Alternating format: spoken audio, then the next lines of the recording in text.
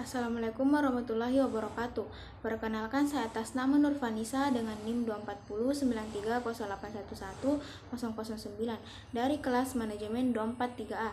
Di sini saya akan menjelaskan atau mempresentasikan resume mengenai materi perencanaan SDM, mata kuliah manajemen sumber daya manusia dengan dosen pengampu Pak Adi SE MM.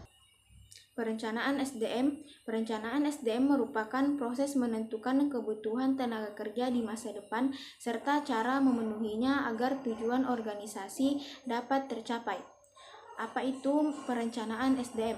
Perencanaan SDM merupakan proses yang dilakukan oleh organisasi untuk menentukan kebutuhan tenaga kerja di masa kini maupun di masa yang akan datang, agar sesuai dengan tujuan dan strategi perusahaan. Proses ini mencakup peramalan jumlah, kualitas, dan penempatan tenaga kerja yang dibutuhkan, serta langkah-langkah untuk memenuhi kebutuhan tersebut secara efektif dan efisien. Tujuan perencanaan SDM. Tujuan utama dari perencanaan sumber daya manusia adalah untuk memastikan organisasi memiliki tenaga kerja yang tepat, baik dari segi jumlah, kemampuan, maupun waktu guna mendukung tercapainya tujuan organisasi secara efektif. Yang selanjutnya adalah manfaat perencanaan SDM.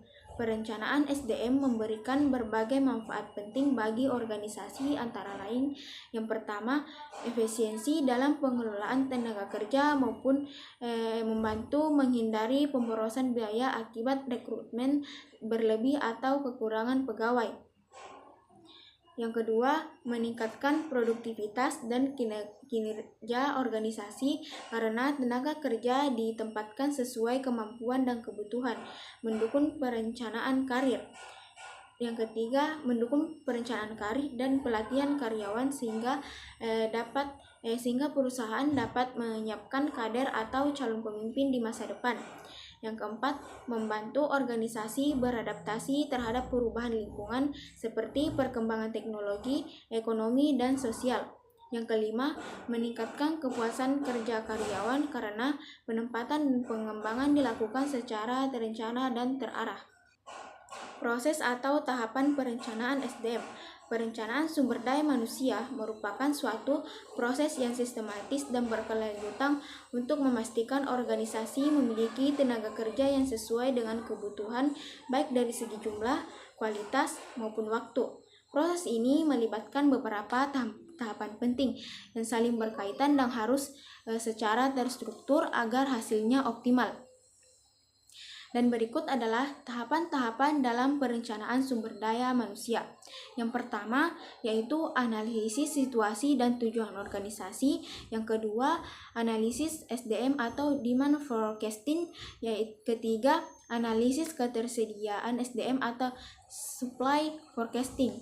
Yang keempat, analisis kesenjangan SDM atau gap analysis. Yang kelima, penyusunan rencana tindakan atau action plan. Dan yang terakhir adalah evaluasi dan pengendalian. Selanjutnya yaitu faktor yang mempengaruhi perencanaan SDM. Ada dua, yaitu faktor internal, yaitu strategi dan tujuan organisasi. Setiap rencana SDM harus selaras dengan strategi perusahaan. Misalnya, bila perusahaan berencana memperluas cabang baru, maka diperlukan tambahan tenaga kerja di berbagai bidang. Nah, yang kedua, faktor eksternal, di mana kondisi ekonomi. Perubahan ekonomi seperti inflasi, resesi, atau pertumbuhan ekonomi akan mempengaruhi kemampuan perusahaan dalam merekrut tenaga kerja baru. Dan yang terakhir adalah kesimpulan. Perencanaan sumber daya manusia merupakan salah satu penting dalam manajemen yang berperan untuk memastikan ketersediaan tenaga kerja yang sesuai dengan kebutuhan organisasi, baik dari segi jumlah, kualitas, dari segi waktu, dan melalui perencanaan SDM yang baik, perusahaan dapat memprediksi kebutuhan tenaga kerja di masa depan, menghindari kekurangan atau kelebihan pegawai, serta meningkatkan efisiensi dan produktivitas kerja. Baiklah, mungkin hanya itu yang dapat saya sampaikan dalam resume kali ini dengan materi perencanaan SDM. Semoga materi ini bermanfaat bagi kita semua. Lebih dan kurangnya mohon dimaafkan. Wassalamualaikum warahmatullahi wabarakatuh.